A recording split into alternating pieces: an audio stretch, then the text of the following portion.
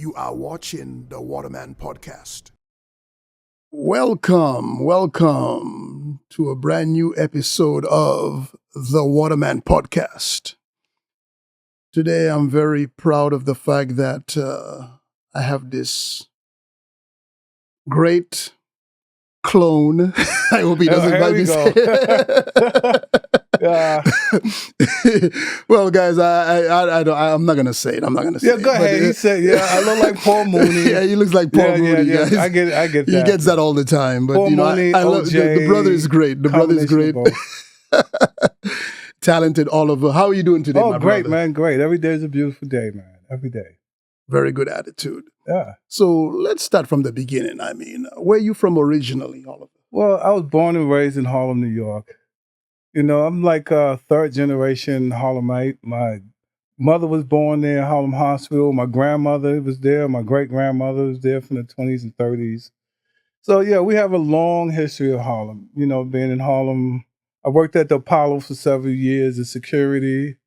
So I've seen a lot of great acts there. So yeah, I have my base there, my roots. So it's a beautiful thing. I go there once a year, sometimes twice a year. I was there last week, actually 2 weeks ago. I should be back there in another 2 weeks for a week, and then I'll be back after another week to stay there for about a month or so.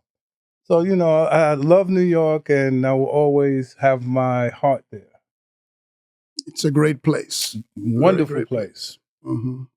So, growing up in the early years, back in the days, what were you doing? Well, I mean, it's like this. Growing up, I'm what you say, a child of the 70s and 80s in Harlem. So I grew up in Harlem when it was like really rough and rugged and hardcore. And, I had the pleasure as a child to actually meet like a lot of those gangsters they have portrayed in movies, So I had a lot of rough experiences, that could actually be traumatizing to the average person. But, you become desensitized to violence and bloodshed and all these things, I grew up in the era of Nicky Barnes in the 70s, AZ and Alpo and these guys in the 80s. I personally knew some of these guys. I hustled with some of these guys in the 80s. But in the streets, there's a difference. These guys, when you out there in the streets and you hustling, you making a lot of money, and you put a name out for yourself, you get a bullseye. That means from other competitors and police. If you out in the street, the best thing you can do back then was to listen to the old timers who've been around. They basically told me what to do, what not to do. Stay low, earn your money, be respectful, and you're going to be okay. And I listened to those words, and here I stand. A lot of my friends didn't make it to where I'm at right now. I tell people next year this time I'll be pushing 60. I don't feel it. I don't look it. You're looking great, brother. Keep doing what you're doing. Yeah, I stay in shape. I fast every day. I meditate. You have to stay in this positive frame of mind at all times because you have a lot of wickedness out here. So you have to stay focused. Guys, he's speaking the truth in that he's deeply into fitness and wellness. I see the man all the time at the gym. But Oliver, let me ask you. So now you were there in New York growing up and then seeing all kinds of things, right? And business venture-wise, what were you like doing like before you got into what you currently are doing? Okay, well, the thing was when I'd say like this in the early, I'd say in the early '90s, late '80s, early '90s. A friend of mine's, his cousin worked for Def Jam, and he basically got an interview with some of the staff at Def Jam, and then we ended up working security, with Def Jam, and I ended up doing a lot of security for a lot of rappers back in the days, Big Daddy Kane, Public Enemy. It was like a lot of them that was under a Def Jam roster that we done security for. And from there, I end up working with a few of my friends from over at Rough Riders. Actually, my brothers and them was actually Rough Riders' first group. But Mm. the thing is, one of my brothers basically had a falling out with Y. You know, I've known Y and D and these guys from Rough Riders for maybe over 30 plus years, 35 plus years. We all grew up together, you know. And so one day he came to me, Y Dean from Rough Riders, he came to me and was like, hey man, I have this guy I want you to listen to. I want you to tell me what you think. And he took me up to Yonkers, and I was like, whatever, man, because I didn't really want to hear it because, you know, him and my brothers, they was at odds and everything. But I never forgot when he introduced me to this little skinny, scrawny guy, and I seen him. I was like, yeah, whatever. But the minute he opened his mouth, and he was like, hey, wow, what's up? I said, where did that voice come from? This little guy, and I was like, wow. And then my boy Watts said, yo, kick something. And he started rapping, and I heard that voice. Rah, rah, rah, rah, rah. I said, wow. He took my breath away. I said, this guy's going to be big. Yeah. And then, you know, and then it turned out, you know, Dark Man Unknown, DMX. So, you know, I've known Earl. See, the thing is, I've known him from day one. So from day one, he told me straight up, you don't call me X, you don't call me Dog, you call me Earl. You know, I was like his big brother, you know. Mm. So I was with him from day one, you know. His very first performance, I still have it on tape. You know, I never released it to anyone, you know. And we had a good bond, you know. And my only regrets with Earl was that I wasn't there for him when I should have, and he needed help at certain times, and I felt that even though we went distances apart from each other, I felt I could have done something more to help him. And you know, and it's still, and when he died, you know, I spoke to Y before he died, and he was telling me, yeah, he was in the hospital because Y was in the hospital himself, and he was almost on a respirator. He told me, listen, man, he's in the hospital, blah, blah, blah. And I knew right from there, I said, oh God, he's not going to make it. And, you know, and it was heartbroken, you know. So, you know, you learn to move on. But, you know, I'm just glad, you know, that I had the honor, the pleasure of meeting him. And one of the last times he had a concert in LA a few years back, like a Legends concert with Big Daddy Kane and all these other rappers. So I was with him that whole day, and we hung out, and they have it on video on YouTube video where he first finally met Rakim. And I never forgot I was in the dressing room with him. And out of nowhere, he stopped everyone from talking. He said, listen. And he looked over to me and said, you see this guy right here? This is my brother. He was with me day one. He's my day one. And because he did that just out of nowhere, I felt like, wow, this brother is special. And you know, the thing is, we used to have like deep conversations in hotel rooms with just me and him. And very, very, very spiritual, very deep. And it was nothing about the music industry or the movie industry. Actually, I was his personal writer for quite a few years. I still have stories, movies that we haven't even put out. And it was unfortunately because they were great scripts that we worked on. You know, so hopefully, you know, in his honor and his spirit, we can get something done. And as a, you know, as an honor to him. But we had great stories together. And, you know, the system didn't work for him because, you know, every time I turned around, he was locked up. You know, so a lot of the things that could potentially have been done wasn't. And there was so much to be done, you know. And like I said, maybe in spirit, something great could come out of it. Maybe we can have a movie done that I worked on him with that we can put out in his honor. You know, who knows? Let's see what the universe brings. But he was a really great guy. He was funny. Oh, one of the funniest guys I've ever met. Very funny, on point. And I actually have a story because I remember one time during a Def Jam Christmas party.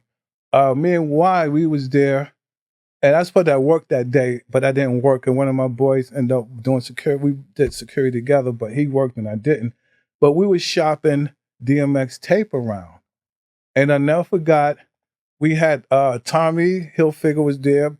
His brother Andy listened to the tape. He was like, "Wow, this guy is something special about him." But honestly, one of the first guys, one of the first rappers who ever heard of DMX was Ice Cube, because he was at the Christmas party, and I never forgot. Me and Y ran up to him and said, "Listen, man," and he put the headphones over his ears and he said, "I want you to listen to this." And when he listened, we just waited for his facial expression, and he was like, "Wow, this guy's whoa." And a lot of people don't even know that too. The DMX support that's really signed with Suge before Tupac was even in the picture. It was a few incidents where I was with Y and we was with Suge and these guys, and it never worked out. But one thing I can honestly say about Suge, that guy has a photographic memory. He do not forget your name, your face, nothing, because I played a minor part and he didn't. I think my name was mentioned one time in the whole process. And years later, when I moved to LA, this had to have been like 2005, 2006.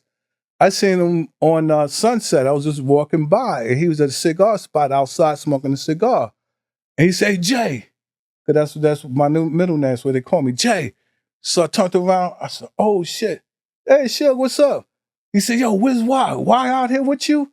I said, "Nah, he's back in New York." And he shook his head like, "Oh, okay." He said, "Told him," I said, "What's up?" And he had this big smirk on his face, like, "Yeah, I remember your face and your name." And then I just walked down the block and there was this guy with me. He said, "Holy shit, he remembered you?" I said, "I'm just shocked. He remembered me, my face and name and everything." Yeah, and I have a crazy DMX story with Suge, but I'll keep that for another time. That's for another time. But yeah, it was like when he was going through his little struggle stage. I'll put it like this: X, or should I say Earl?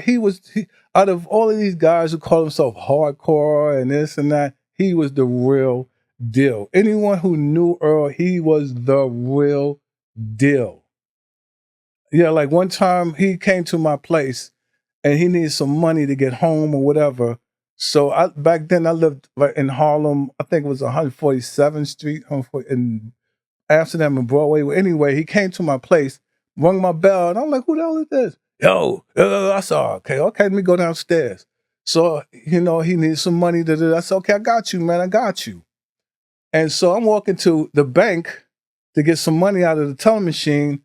I'm walking and talking to him, and I heard this, "Give me the money, bitch." I heard this, ah! I turned around. I said, "What the hell?" And I looked in the Chinese restaurant. He's behind the counter. Talking about, "Bitch, I was like, nah, man, we can't do this." "Nah, no, come on, man, let's do this. Let's get out of here." "No, we don't do that." It's been a lot. See, the thing is with him, he was like, no joke. He was like, "Let's do it." So, and back then, I was that same person. "Okay, let's do it." But at that particular time, I just got married, just had a baby. So that kind of calmed me down somewhat. That I was like wild with them. "Let's do it." So no, let's get this money, man. Let's focus on the future. Let's stay out of trouble. One step at a time, one day at a time. We got this. So he chilled a little. The rest is history. Like I said, I have so many crazy stories with him. And one time we went out to Austin, Texas. We was going to do a Western. He wanted to do a cowboy movie. I did that script called A Money Man. Yeah, we hung out at Willie Nelson's ranch. It was a great experience. It just a lot of great stories with him, man. And he's deeply missed. He was a really great guy. People who knew him, he was a great guy. He was one of the great ones. R.I.P. DMX. So now you were in New York, and then when did you decide that, I'm going to make a little bit of a change up a little bit and move to California? Well, okay, what happened was during that particular time, I was still on and off doing security, you know. I even have a crazy Tupac story when Tupac was still with Digital Underground, and I was doing security at this club called Sound Factory. And I was guarding the back door, and he was like, "Yo, man, can I, go out and smoke?" I said, "Yeah, I got you. Go ahead, And some kind of way, he convinced me to go out in the back with him. Mhm. So he started smoking and talking and everything. And he was like, "Yo," I was like, "No, I'm working right now." Some kind of way, he convinced me to take a couple of pulls. Mhm. But the thing about it was, during that brief moment that we were talking, this guy, I was like, this guy is special. He's deep. He's philosophical. He's on next level. So years later when I seen him acting out, and I said, wow, he kept that character from Juice. Mhm. This is not the same guy I met.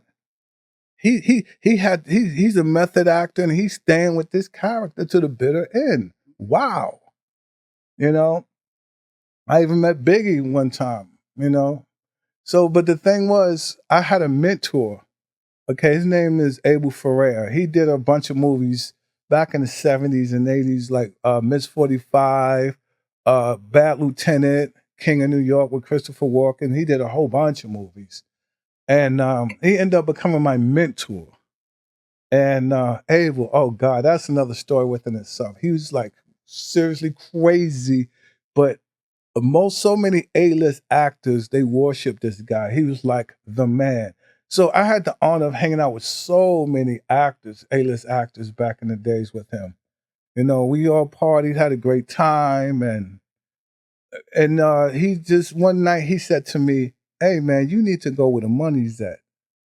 I said, "Where is that?" He said, "Hollywood, LA, that's the biggest hustle in the world for the movies."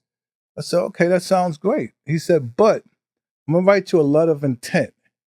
You have to be careful who you give it to, because I burnt a lot of bridges. So, but I end up not showing anyone that letter of intent for some reason. But I came out here as a screenwriter because one night I was hanging out with a friend of mine. I was at that point I was doing writing, but it was like self-help, motivational book, poetry, children books, stuff like that I was into. And then one night I was hanging out in this after hour spot called Mary Lou's down in the village. Now, Mary Lou's is a spot where all mob guys and A-list actors hang out. All straight mob guys. So, but the thing was, me and my friend and I, we knew the owner of Mary Lou's, her son, Junior. So, we was cool with him, and we got in. So it's just funny how all these Italian dudes and these A-list actors, when they go there to get grimy, here it is 3, 4 in the morning, they looking at us like, who are you guys? Who the hell are you? So us just being there was like almost like a special thing, but we was there all the time. So one particular night, I'm just relaxing, having a drink. And next thing I know, my friend who was my business partner at the time came up to me, and this guy had on this nice tailored suit. I was like, wow. And he was like, "I heard you a screenwriter." And I said, and I looked at my friend, and he gave me this wink like, "Play along." I said, "Yeah, yes, I'm a screenwriter." He said, "Well, tell me about your story." I said, "I only got just one script," and I just told this crazy lie, and it was just off my head. It was like this wild, imaginative story that he was like, "Wow, how many pages do you have of this?" I lost. Oh shit, I got about 10 pages. He said, "I tell you what," and he no lie, he pulled out of his jacket a checkbook, and it had the Paramount logo on it. He said, "I'll give you $50,000. You go to just the 10 pages, we'll work on it. I'll fly you out." I said, "Whoa." And so and then he pointed outside. He said, "My limo's right there." I said, "Holy shit, what am I gonna do?" So the whole night we was ducking him out, ducking him out, ducking him out, ducking him out. And then he came up to me and said, "Listen, I understand you're having a great time." And this was Saturday going into Sunday, so it's Sunday morning. And he said to me, he gave me his card, and he said, "Here's my card. I'm leaving on Tuesday. I need to see that before then so I could get the reservations to fly you out. Whatever. So I said, okay, no problem. I took his card. And I am so I mean like hammered. And here it is. This was 6 in the morning, so we left there around 6:30, whatever. And we end up going to another spot, a bar that opened from 6 o'clock in the morning on. So we went there and got wasted even more. And we waited until about 9:30, 10 o'clock, Barnes and Nobles. We went in there, and no lie, I'm staggering drunk. And I had a big knapsack, and I took like 20 books on screenwriting, stuffed it in the bag, and staggered out. Didn't even remember none of this. Staggered out. And so I woke up the next morning, and I was like, yeah, no, I had a dream. I was drunk and went to Barnes and Noble, and I looked. I said, wow, I really did that. Yeah, and I opened up one of the books on screenwriting, and it looked like Greek. I said, oh my God. And then the whole few days I was up all night trying to figure out how to do formatting, all this stuff, and didn't understand none of it. So I ended up not calling the producer guy, but as it turned out, he was fighting for his job. So he was desperate. So he was like, "This probably this last one that I can get in." So I guess I was not the one at that particular time because I wasn't ready. So I said, you know what? If he offered me $50,000, wow, what else is there? And then I started studying screenwriting. I went to school for it. I took classes for it. And then I never forgot when I went, it was really demanding, very hard. It's next level screenwriting. People think it's simple. No, it's so much involved in it.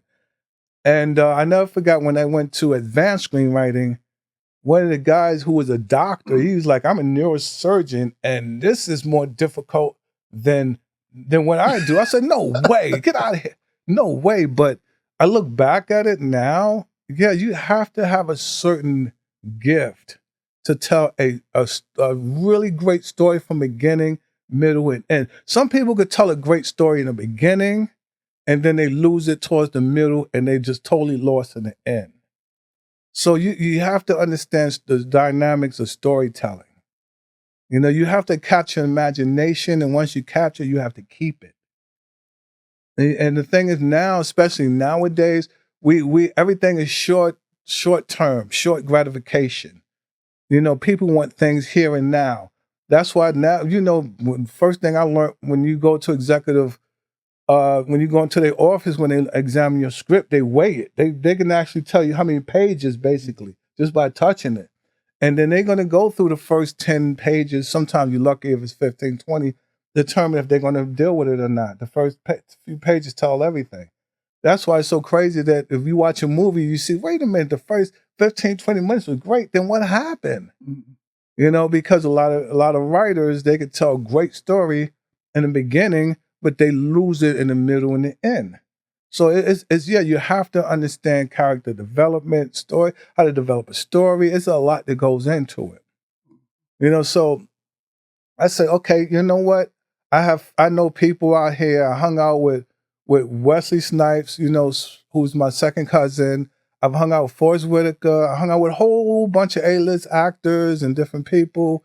And it took me really fast to learn that there's no shortcuts. There's no easy way. There's no overnight success. What you bring to the table, that's what it is. Some people, when you take the shortcut or the short route, they end up giving up more than they need to, and then they end up unhappy, unsatisfied, unfulfilled. Hollywood is a business. That's why they call it show business. You got the show and you got the business. You have to understand both. So it's been a long journey for me. I was a ghostwriter when I first came out here for several years. I had to sign an NDA, non-disclosure agreements that's still in effect. The worst thing you can do, you can make some money, but the worst thing you can ever do is sit in a theater at home and watch a movie you wrote or helped wrote, you co-written, and you don't get credit for it. Yeah, you get a little check, but you don't get residuals. You don't get points. There's a lot of things involved in business that you lose out on. But over a period of time, I decided to do my own production. So in LA, it's easy to set up a production company, but it's difficult to find the right people to make it work, to make your dream team work. And it's now, we had the pandemic, so everything is being restructured. But the thing is, most companies are leaving Hollywood now. A lot of them going to Vegas, a lot of them going to Atlanta, a lot of them going to New York, a lot of them going to Tennessee. There's so many, Louisiana, North Carolina. There's so many places now. So now I have to factor in at this stage of the game, where am I going to go? Yeah, I understand that you are seeking a few hot spots to set up shop. Am I correct? Yes. The thing is, Vegas right now is hot because you have like Sony. They introduced a studio that they're building. Mark Wahlberg. You have a quite a few A-listers that say, we're tired of Hollywood. We're tired of the lack of tax incentives and this and that and whatever the case may be. Hollywood lost its glamour, its glitz a long time ago. And it has to do with the society of America. It is what it is. So now, where do you have a preference right now in regards to hotspots that you're seeking? Like one location or two locations, or how do you plan? Well, I'm looking at Vegas right now, and maybe New York again, because I love Harlem, and I would love to set up something in Harlem. It is for us, by us. So, right now I'm still dealing with legal issues. I'm still dealing with situations where I have to develop shall I say, a structure in terms of which one would fit me best. LA, I'm used to LA. I've been here, this may be 20 years. So I have to decide, if LA the best fit, Vegas or New York or Atlanta. So it's 4 places that I'm looking at. I should have my decision within June or July. Mhm. And then, as far as the business itself goes, I mean, do you see yourself also trying to sometimes pull away a little bit from non-ghostwriting, or how do you? Oh no, that the ghostwriting days have been gone a long time ago. I focus on production and I also work because I'm a screenwriter. I have content. The thing is, yeah, I've done a few ghostwriting gigs, but my thing was to focus on content. Content is king. So the thing is, I have maybe 40 plus scripts, maybe 50 of my own, and so I have different genres across the board: action, adventure, comedy, horror, thrillers. So the thing is, while I had to eat, I also had to serve my purpose here. I came out here as a screenwriter. I served my purpose. Now it's production in. Now it's to develop that content, bring the content to life. And it's much easier now because, like I said, now I'm getting into AI, prompt engineering. I'm getting into development. So right now I'm learning Python, different programs, so I can basically do my own thing. Because the reality is AI is taking over, and the thing is, like I say, the key to survival is not how big you are, how strong you are, but how you're able to adapt to any and all situations. That's a very good point. Do you have an Instagram that your supporters can check you out at? I mean, I don't know. I'm only. Well, the thing is, I just have, the thing is, I focus on business so much that I actually need to get another assistant right now. Yeah, it's either Oliver Turner or Oliver J. Turner at Instagram. Okay. And I have Amongst Giants Entertainment or Amongst Giants Entertainment.com. So, I have a website there, but I'm going to revamp everything within the next few weeks. Mm. So, like I said, while I'm revamping, I have to find out where my next destination is. That's Mm. why I'm going to Vegas. I'm Mhm. traveling to New York. I'm going to Atlanta. Mhm. I'm looking at property. Mhm. So the thing is, I have to get everything fully established. Mhm. Oh, but it's definitely there. That's good. Now, so Oliver, I mean, 60, in my opinion, is still young. So where do you see yourself in 5, 10 years from now, if you don't mind me asking? In 5, 10 years from now, hopefully I can have at least maybe about 10, 15 projects already completed, done, out there. I always say I'm gonna retire. I'm kind of semi-retired right now, Mhm. but right now I have to finish what I started. So the thing is, I have to bring some of these stories out. Like I said, I had a few that I worked with DMX with, and I would love to have one or two of our story come out fruition.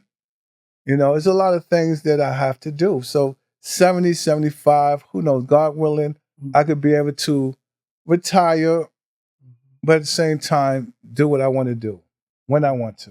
Mhm. That's freedom. Oh yeah, true freedom.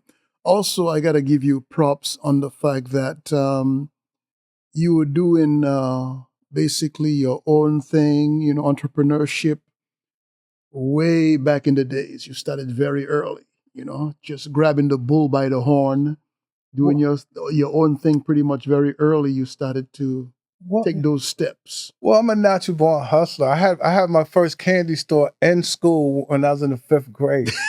Yeah, I had a candy store. One of my cousins who's in my class, he was selling now-laters to people next to him. So I said, wait a minute.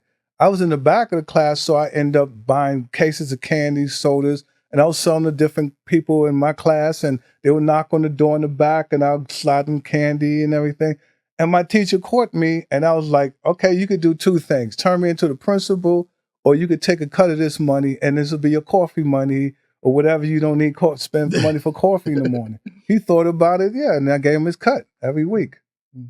So that's what I learned. I had all types of hustles. I've made millions as a young kid. Mhm. I was a comic book expert. Mhm. I made a lot of money through comic books. Always a hustler as a kid. Mhm. I saved up money. I used to go to conventions and buy people books. I said, "Oh, you don't need to go to them. They're gonna rip you off. Come to me." Mhm. And they don't like that. But it is what it is. Mhm. It's opportunities out here for you. You just gotta go out here and get it. It's here for you. You know. The good thing is that, I mean, at such a young age, you recognize that, hey, you know what? I'm going to be somebody. So, your head was pretty, straight on. You really knew early on in life, where you wanted to, what direction you wanted to be. Well, in Harlem in the 70s and 80s, you had no choice. You had to discover who you are very fast, Mhm. very fast. Either you're going to be a victor or a victim. Mhm. And you'll learn that very early. And that's what I learned. I'd rather be a victor than a victim any day. It's all about our hustle. I tell people I don't have bad days. I just have challenging days. And every day I wake up, I have to be up for the challenge. That's the way I look at it. Change your mindset, change your world. Mhm. Very, very true. Well, Oliver, I have to thank you for coming on to the Waterman podcast. Sure, We must do it again in the very sure. near future. Very near future. I still have a lot of stories to tell you. Yeah, a lot. So, yeah, we just scratched the surface. Yes, of course. So stay tuned, people. And, this is a man that I was really looking forward to interviewing today. And Thank no, you I don't look all. like Paul Mooney. Yeah, Thank but let me tell you a quick story. Yeah, I told him before that I met Paul Mooney in Harlem, and he looked at me crazy, and I said, "No, you're not my daddy," and we started laughing. So yeah, I was always saying, "Hey, daddy!" Yeah, every time I seen him. Rest in peace, Paul. Rest in peace, Paul Mooney. But yes, guys, this man is like, this guy is a winner all the way. He's about making great things happen, and he'll continue to be successful in life. Thank you. So he has my full support. Thank you. I appreciate it. And thanks again, brother, for Thank coming you, on my and doing brother. the Waterman Yes. podcast. My man, yes. Okay. Thank you for watching the Waterman podcast.